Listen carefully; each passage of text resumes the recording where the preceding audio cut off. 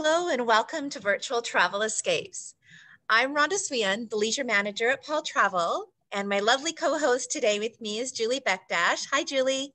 Hi, Rhonda. You always get the chance to say lovely, and you're lovely as well. Aw, well, thank you. We're both lovely.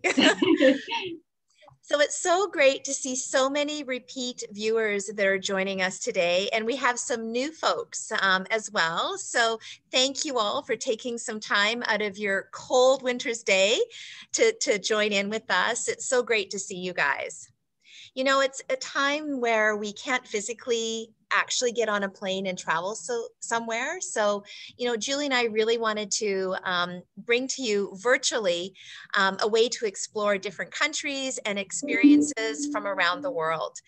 This is in hopes that it'll inspire you guys to continue to dream about where you want to go to next. And maybe it might bring back some amazing travel memories.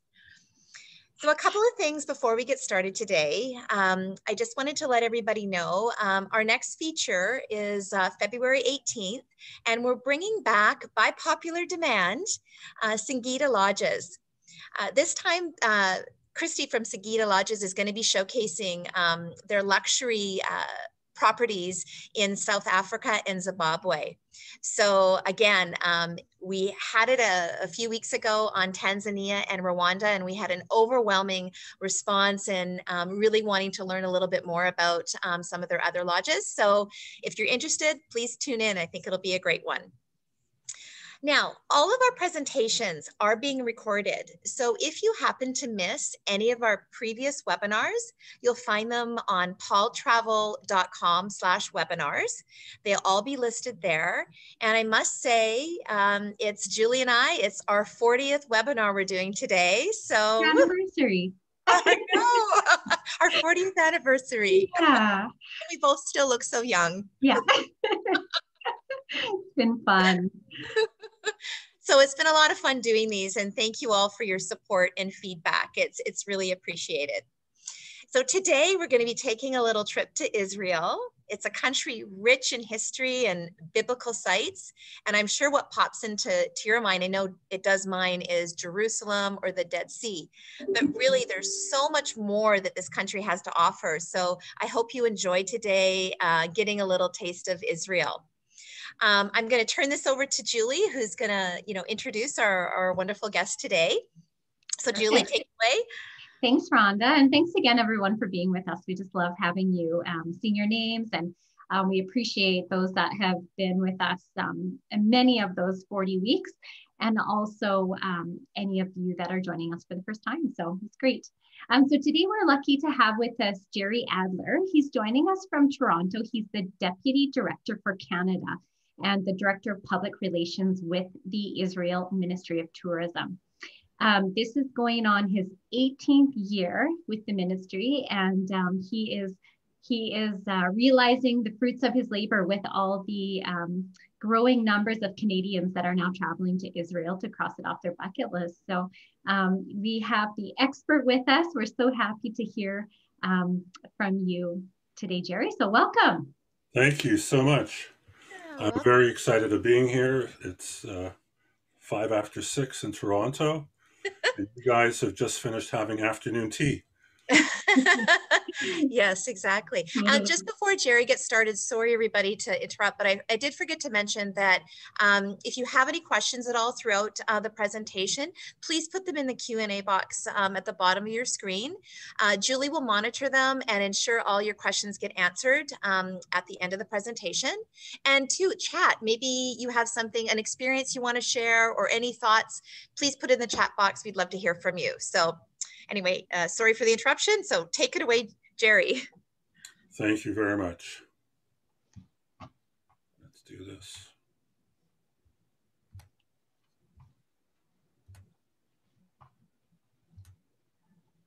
Oops. Sorry. No, gosh, these pictures look so amazing. We're off to the races. And I'm just going to shut off my video.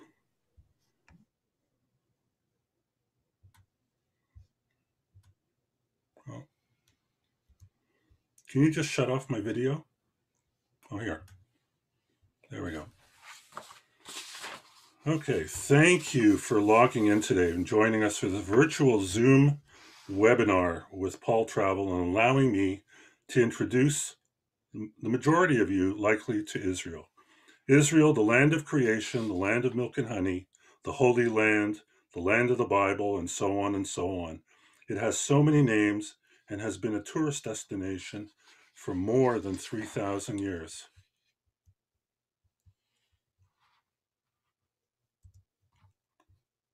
What happened?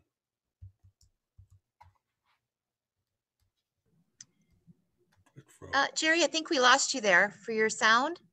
I'm here. Okay, good. Okay, good. No, Sorry, I just lost you. There. Okay, sorry. Our goal today is to highlight a few of the many favorite places and multitudes of experiences that can be had while in Israel and which have made Israel such a desirable destination for Canadians and people from around the globe. I hope that I will inspire each of you joining us today to seriously consider the planning and booking of a future trip when we will all feel safe and COVID-19 allows us to once again travel abroad. Israel to date has inoculated over 40% of its population in anticipation of the eventual reopening of its borders to foreign tourists. And first and foremost, I want to just say this. You don't have to be religious to visit Israel. There's something in Israel for everyone to experience and take away with them. There really is a right time and a right season for everybody. Because of its growing popularity as a world-class destination, Israel is becoming a 365-day-a-year destination. High seasons and low seasons are becoming blurred. But it's your call as a traveler to determine just when it's right for you to jump and go. Winters are not like our winters in Canada. They may have the freak snowfall once a year in Jerusalem, which is at a higher elevation, but temperatures in winter there are like the cool fall day here in Toronto. Summers, yes, can get very, very hot depending on where you are. Resulting demands also reflects the cost of airfares, hotels, other logistics, but again, your ability and your availability and time to go is the right time to go. Offering you a positive light on just where Israel sits when it comes to times are normal and we are not under the dark COVID-19 cloud, numbers to Israel from Canada have been on an annual steady upward spiral.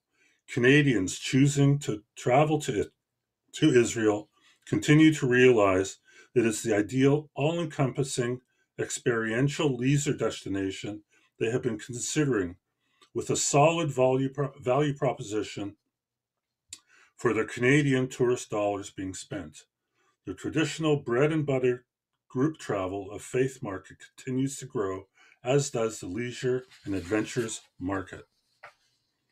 Addressing the various levels of flags that have been raised, red, green, purple, to work in sequence is the goal of our collective efforts in Israel. It is directly affected each of our partners, as outlined the municipalities, local tourist associations, hoteliers, tour operators, plus the rest of the tourism infrastructure of restaurants, attractions, and logistics, including airlines, rail services, and all ground transportations, are taking COVID and safety levels very, very seriously. If it isn't American politics or the debate about gathering to celebrate Groundhog Day, gathering to watch the Oilers or Maple Leafs, or a curling spiel, or even our own local and federal government here in Canada that dominates the news, health authorities focused on lockdowns, distancing, mask wearing, are all the new now here in Canada and around the globe, including Israel. Ultimately, it's our collective obligation to stick to the rules in order to best avoid any risk of contracting even the flu, reminding you that there are still people here and even in Israel who feel invincible and ignore all red flags. For those who didn't know, Israel is located on the eastern shores of the fabulous Mediterranean Sea. Yes, there have been days when in the past, we have had some difficulties with neighbors, but the world is quickly changing, and discussions for normalizations with more Arab countries are underway to change perspectives. Either way, the world is focused on the health of its populations and nothing more except a return to a state of normalcy. Friendly tourist relations remain with neighboring Jordan and Egypt, allowing for extensions to include trips to Petra or to see the pyramids in Egypt. Wow, the whole land of Israel is almost the same size as Lake Ontario. For those in the West, the same size as almost the Vancouver Island. Israel boasts a luxury in size in comparison to any country. It is a sliver of land. A couple of years ago, we had a couple of adventure-seeking journalists visit Israel. They successfully tested the claim that one could ski on Mount Hermon at Israel's northern tip and then scuba or windsurf that same afternoon in Eilat at Israel's southern tip on the Red Sea. Ben Gurion International Airport is a state-of-the-art facility that was built taking into account that visitor numbers to Israel are growing annually. Condé Nast Reader survey perennially ranked it as one of the best airports in the Middle East, due largely to its reputation for airtight security. With Ben Gurion International Airport located in Tel Aviv, that's where your journey would likely begin. It's up to you and your travel consultant to work out an itinerary that might be logically perfect to avoid the typical zigzag approach to darting across the country.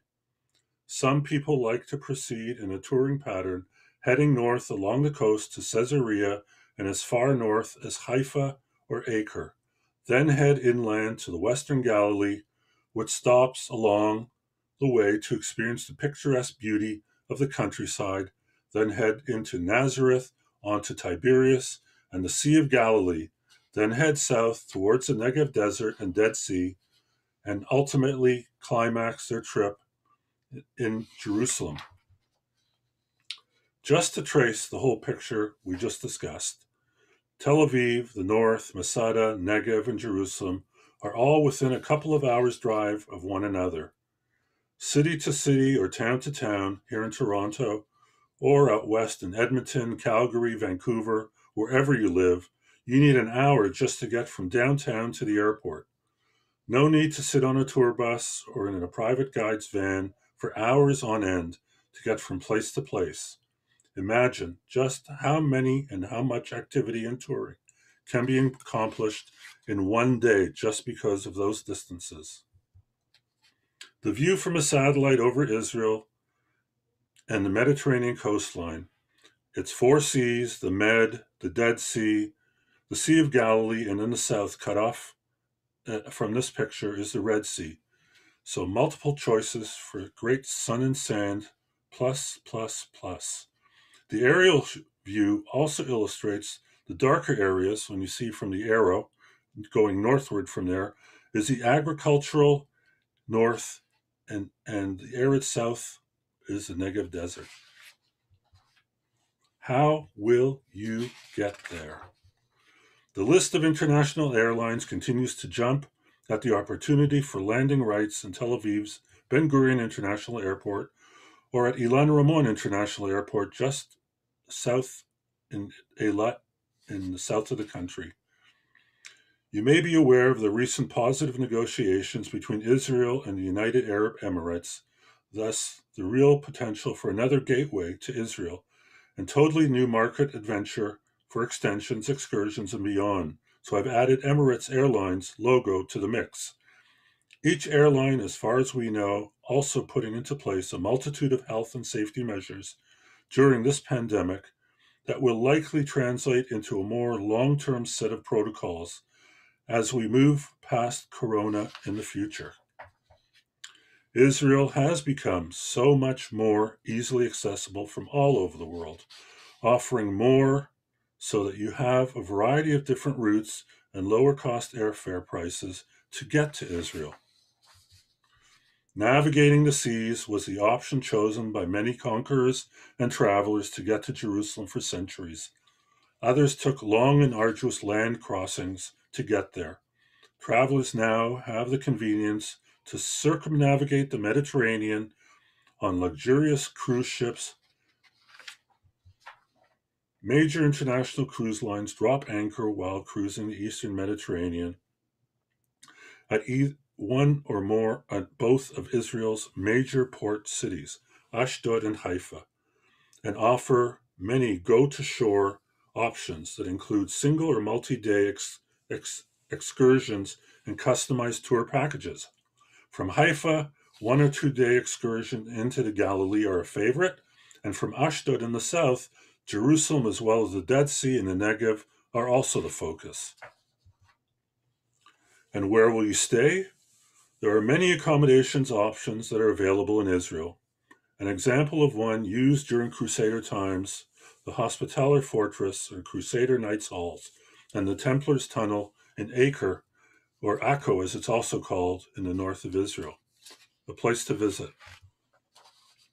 From international chains to uniquely Israeli zimmers, kibbutz guest houses, glamping in the Negev, or enjoying Bedouin hospitality, the world-class boutique hotels can also be found throughout Israel. And breakfast is always included, and there's no VAT.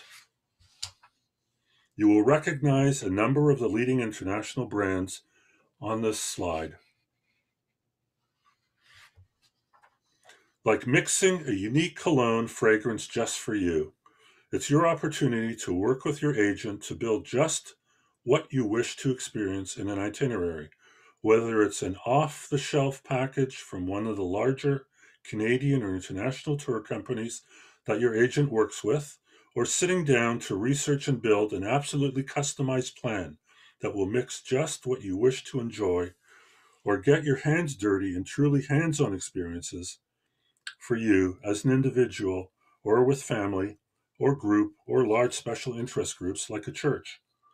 This is simply a short list of some of the themes that you can add to the mix. Beyond visitor expectations, Israel is at the top of the list as a modern and dynamic destination. No other destination can boast that it has such a uniquely Israel vibrant and dynamic multitude of visitor experiences available, all wrapped up into one tiny little country. Canadians return home expressing that it was beyond any expectations. It was worth the invested traveler dollars, and they are eager to return to Israel again and again. I've spoken to people who have been to the Holy Land for them on religious trips 23 or 24 times. So the options, and it's endless.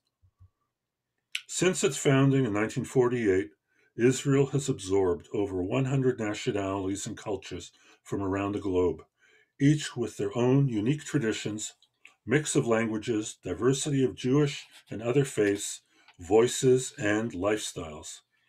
These are the faces you will meet, and many of whom will wish to share their story with you. Following the previous slide, absorbing such a large population of immigrants and ethnicities, each with distinct culinary influences, spices, and culinary experiences to offer, innovative chefs are making their mark in Israel and around the globe, adopting and blending these flavors. As a visitor to Israel, your biggest concern isn't the weight of your returning suitcase, but the added centimeters or inches to the waistline and the pounds or kilos gained. The culinary scene would not be complete with the pairing of great foods with great Israeli wines, sourced and produced in one of the over 350 wineries throughout the five growing regions throughout the country. Winery tours and tastings is a growing market that can easily be incorporated into any itinerary. 5 growing regions also reflect 5 geographic and topographic regions from the north to the south of the country. This is just an example, a short list of some of the international award-winning brands, some even available here in Canada. Israel has gained the recognition of UNESCO with a growing list of important historical, religious, and culturally significant heritage sites. When I take groups of Canadian travel writers and other media to Israel for their first newbie Israel experience, the first place I take them is to Mount of Olives so they can get a picturesque, breathtaking, panoramic view of the ancient walled city of Jerusalem. Nothing better to kickstart a great walking tour of this incredible city. It's like the city walks have a story and the walls have a story to tell each visitor. Jerusalem remains the number one visitor destination in Israel. There are multiple sides to Jerusalem for clients to experience. The old city filled with the hustle and bustle of its religious mix, its colorful markets, religious mix, of course, and then there is the modern Jerusalem outside the walls of the old city, offering the great hotels, amazing mix of culinary experiences, pedestrian outdoor malls, modern light rail network, vibrant nightlife, museums, to name only a few of its assets. Regarded as the remnants of the most sacred place to Judaism, the Western Wall, or Wailing Wall as it's also called, is a place to worship. The grand view over the Western Wall and large plaza where local population and tourists will congregate to experience its religious energy and significance to the Jewish faith, and also to fundamental roots of Christianity. Jerusalem's Western Wall is the last remnant of the Temple Mount, where King Solomon's first temple and Herod the Great's second temple stood, and where the Dome of the Rock was built. Solomon's temple was destroyed by the Babylonians in 587 or 586 BC, and Herod the Great's temple was destroyed by the Romans in 70 CE. The fastest and largest growing market, bringing the largest number of visitors to Israel, remains the faith-based market. Pilgrims to the Holy Land come for spiritual enlightenment and rejuvenation, experiencing the words of the Bible or Scripture literally jumping off the page at the places where events mentioned actually happened. The Church of the Holy Sepulchre, for Christians of many denominations, it houses the key places where the crucifixion and burial of Jesus took place. Each corner has a story of its own to tell, and a place filled with religious energy and the many thousands of pilgrims from around the globe that visit here daily. For others, such places are living museums where the roots of history and faith did take place, and which answers the curiosities about the significance of such places over the centuries.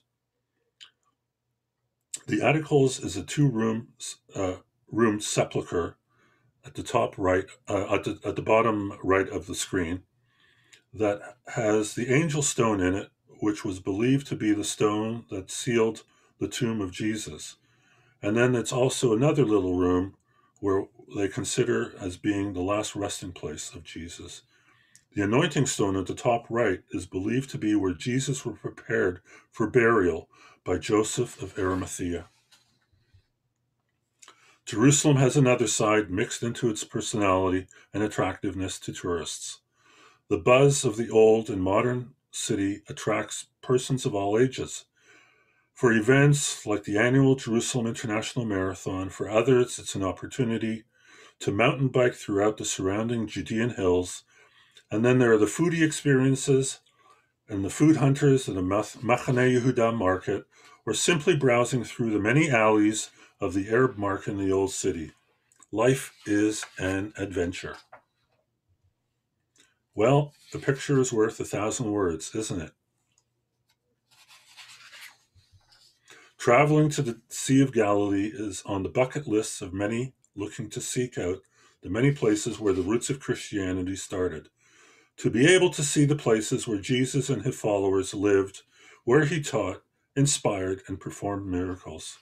Taking a boat cruise is an experience permitting a different vantage point view to the surrounding hillside home of the many sites of Christian significance.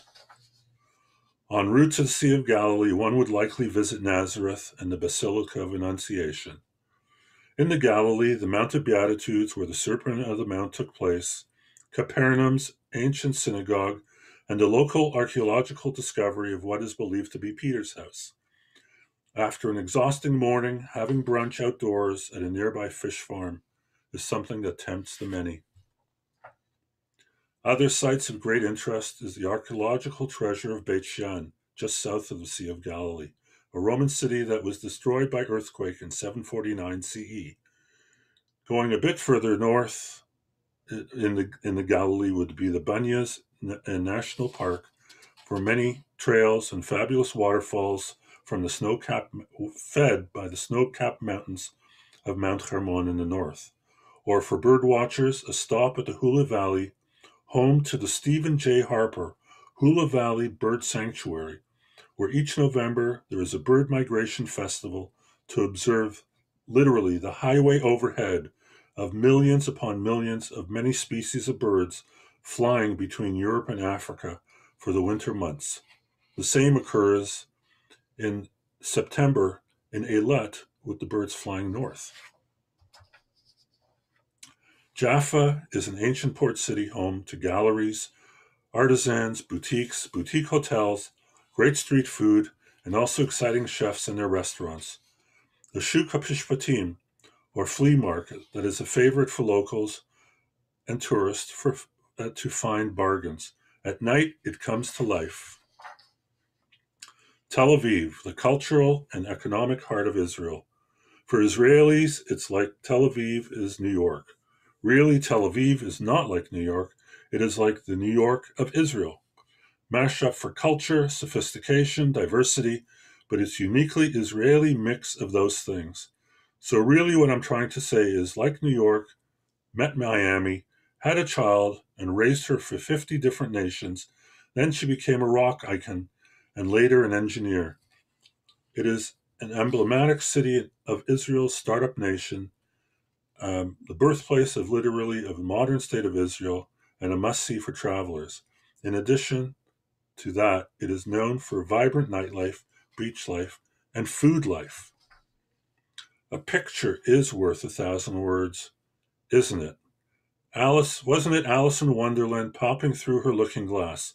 So with Western Canada and deep freeze, let's take the leap onto the beach. Israel did very cautiously reopen domestic tourism that offered a relief to the economy of the tourism sector. Hotels realized spikes in reservations and room nights from the local Israeli population, choosing to escape with family and friends for weekends or longer in hotels and camping in national parks and other accommodations throughout the country. Restaurants, bars, the beaches, and national parks reopened with implemented safety protocols put into place. Distancing and limited numbers of beachgoers is strictly enforced. Well, you can even see that the lifeguard house is masked, and the cabanas and the bent beaches tables are all distanced. But the current COVID-19 wave in Canada, just like here in many other Canadian cities, lockdowns of settlements, towns, cities, and businesses are being strictly enforced in Israel, with police monitoring and keeping people limited to within a small bubble around their homes so any food shopping can be safely accomplished. That's the way it is now. Tel Aviv has affectionately been given different names.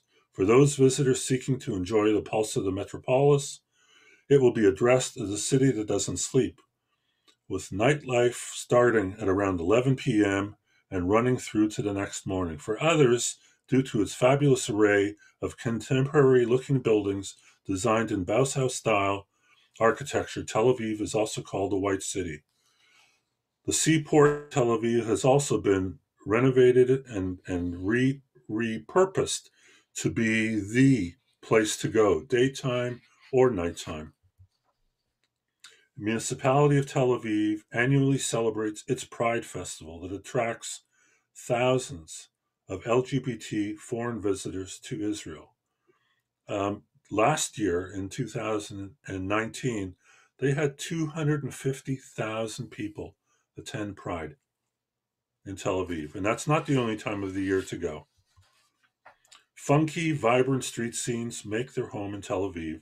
Sit at any of the curbside cafes and watch the world go by. Go to the weekly artist market or simply sample foods at one of the open air markets. Or sit at a cafe and watch the world go by. Going south into the Negev, an experience in the Negev desert is worth having. Taking a trip to Masada, an escarpment in the middle of the desert that overlooks the Dead Sea and is the northward and watches northward paths and trails and roads. In ancient times is where Herod the Great built his winter palace. For hikers and adventurers, there is a snake path that tourists can take to climb to the top of Masada. The alternative is a pair of modern Swiss cable cars that zip you up to the top. Top left, other sites of historical significance and religious significance is Qumran, the place where the famous Dead Sea Scrolls were discovered. If you're lucky enough, you might even see some wildlife in the desert. Ibex and other desert dwellers are all over the place. Masada at night offers a light show that tells the story of its greatness and its tragic history in the suicide of Jewish rebels who succumbed to a lengthy Roman siege, documented by the historian Flavius Josephus, who wrote about Jewish revolts. Then, only 45 minutes south of Jerusalem, or an hour further, the Dead Sea is considered as Spa Central.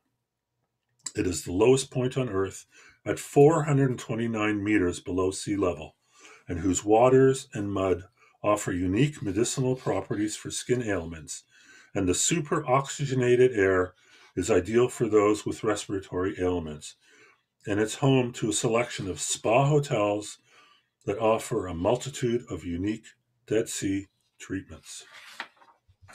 For visitors who like to have a very hands-on experience while in Israel, there are many options when it comes to mixing adventure into the itinerary and in every region of the country.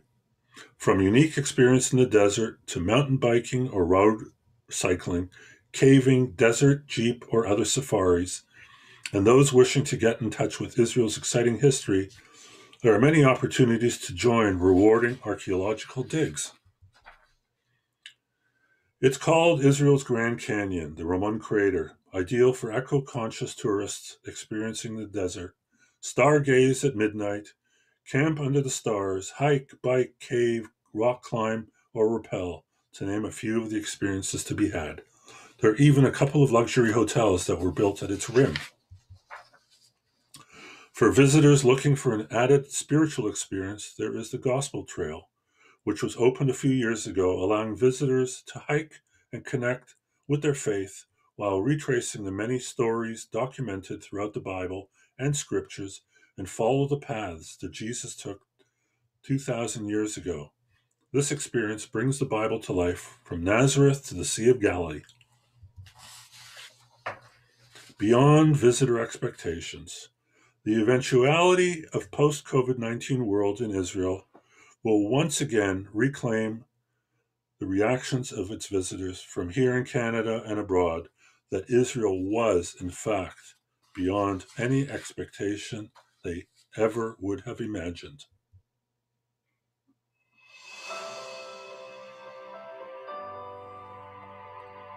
In such a small amount of time, we went from swimming in the Dead Sea to snow-capped mountains to the city all in one day. The realm of different landscapes was amazing.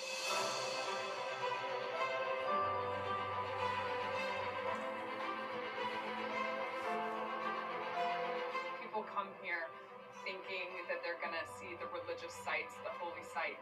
I don't think I was expecting the wineries, the activities, the hiking, the snow, the desert.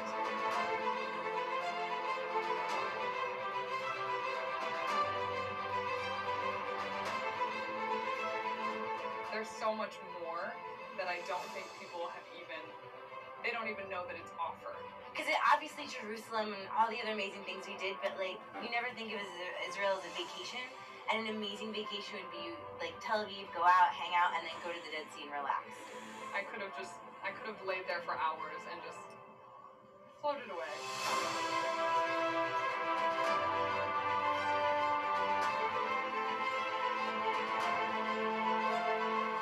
Every type of spice, and sugar and sweet things to spicy, everything has been amazing. Everyone here is their own personal amazing chef.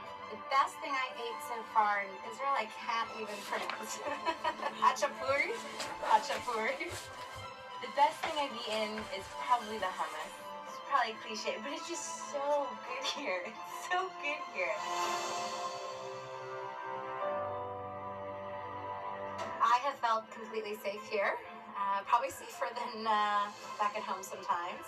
You read a lot, you hear a lot before you come, and of course your history. But I felt very safe coming through here, walking the streets. We walked on our own for a little bit. People were kind and helping us find our way. One of my favorite things has been connecting with the people. Everybody hugs and kisses, and The bars and the clubs and the restaurants full of people, old people, young people, talking, eating, drinking, laughing, music. Just loving. Everyone has a really great heart here. They're very welcoming. You really feel part of Israel. I'm glad to take that home.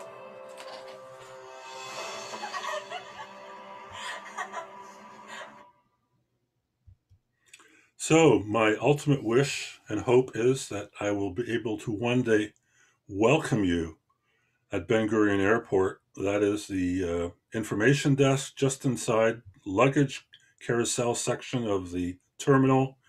And that's where I hope I will bump into each of you.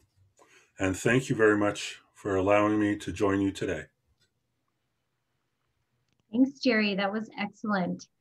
And that hummus, the food looks fantastic. If anyone, it looks like we may have a couple questions. If anyone has anything on the mind, don't be shy, put it in the chat and we would love to ask Jerry. Just a first question, Jerry, you have maybe some good way to put it, you have some noisy neighbors. And are there some areas, maybe some regions that you would say to avoid that may not be safe? Well, I'll tell you from the get-go, and noisy neighbors in the more recent past, you heard a lot from Gaza. Typically, that's in the south west of the country on the Mediterranean coastline. Tours and tour buses and tour groups do not go to that area. They won't go near it. They will avoid it completely. Syria, that's another contested country on the board that borders Israel, but you can go. There are tours and routes that will take you to the Golan Heights overlooking Syria, where you can basically stand at observation points looking over at UN peacekeeper outposts that are in Syria. And look, we're protected. Israel is very diligent about the security of its own population, and even more so of its visitors. So that's something to take into account. And that's why I brought into the point that people are not looking at conflict these days. That is something that is not on your mind. The battle is health. The war around the world right now is global. It's a world war, World War COVID-19. That's what it's called. So, that is the number one priority with regards to safety and security, and nothing more right now. Perfect. Okay. And there's no regions that are, there's any vaccination shots that are needed in Israel, are there? I don't think so. No, none whatsoever. Israel, as being a modern, quasi-European, North American country, the water is drinkable. They do desalinate water, fresh water that comes from the Sea of Galilee. And the other side, and very important for our Canadians, is Canadian passport holders do not need a visa to get into Israel. You do need a visa from crossing Israel into Jordan or going the other way into Egypt. But for Israel itself, as long as your passport is valid for 6 months past your return date, you're ready to roll. Perfect. That's a good thing to remember. People haven't been using their passports for a while, so check your expiry date and make sure if you need to renew it that you get that done so you're ready to go once things open up. Perfect. I don't have any other questions. Rhonda, did you have any questions you wanted to ask Jerry? No, I thank you so much for that presentation. It was excellent. I will say I was quite surprised about the number of wineries, and I'm very intrigued about the Israeli wine. I think I'm going to try, in the next few days, if I want to, brave it and go out in the cold weather, to see if I can try and find a wine like that, like one of the wines from Israel. Are they good? I'm sure you've tasted. Yeah, there's some really, really great VQA is what I would call it, from the boutique wineries especially. And I've actually hosted virtual and even live tastings here where we have brought wines in as well as representatives from various wineries in Israel. We've done it, regrettably not in Edmonton, but we've done it in Toronto and Montreal. We did it once in Vancouver, and to great success. And there are outlets across the country if you Google Israeli wines, and through different liquor boards, they do bring in Israeli wines. So there are opportunities to get it here. Yeah, well, that might be something to try out. I never would have thought, so I thought that was really interesting. It was a great presentation. Thank you so much for joining us and giving us a little taste of what this amazing, it's a little country, but it has a lot to offer. Yeah, I'm planning to do some virtual live Zoom culinary seminars in the near future. So I will keep you posted with that. You may want to invite your people who have logged on, who may want to join that as well. Yeah. I call it food for thought, and no better way to get people to think about Israel than to the stomachs. Perfect. Jerry, we just have a couple other questions. So we have time. How would you compare buying power of the Canadian dollar in Israel? Well, right now, the Canadian dollar, Israel, let me take a step back. Israel is based its economy on the US dollar, regrettably. So right now, Canadian dollar today, I think is 78 or 79 cents to the US. So it's a 30% difference. But the value, basically, if you think about your buying power for the quality and the impact of the experience that you're going to take away is not, and I'm not knocking you and what you sell. If you go to a resort in the Caribbean, you may pay what you would pay for a trip to Israel, staying within the confines of a resort. I've asked people before where they've been, and they say, well, it's not safe to go beyond the walls of the resort. So, I look at that and say, wait a second. We live in a country, or Israel is a country that has, and it has had nasty neighbors, but people still go out, and they go and they tour and they have a great time. And they come home and they brag about it and they say, wow, why was I such an idiot to think it wasn't safe? Bob and Joan had gone, they had a great time. Now it's my turn. Let's go, type of thing. So. Yeah, that's good. I know Israel does have a reputation for being a bit expensive, and it's probably the majority of that would be the hotels. I think eating out, there are little tips and tricks, like street food is really safe and a more inexpensive way to eat. So it just depends on what you choose spend your money on. So yeah, and people discover that they can do well with the street food, which is not like going necessarily to a fast food joint here. Right. It's a cultural experience. It's different. Yeah. People have gone to the Mediterranean countries, to Spain or to Italy. Yeah. It's not like sitting at a table in a restaurant when you're being served. It's different. That's the funkiness of it is just really, really great. Right. And I noticed that Tel Aviv is considered the vegan capital of the world. So that just goes to show just the variety of options there. Yeah. Yeah, that's great. And just, sorry, another question.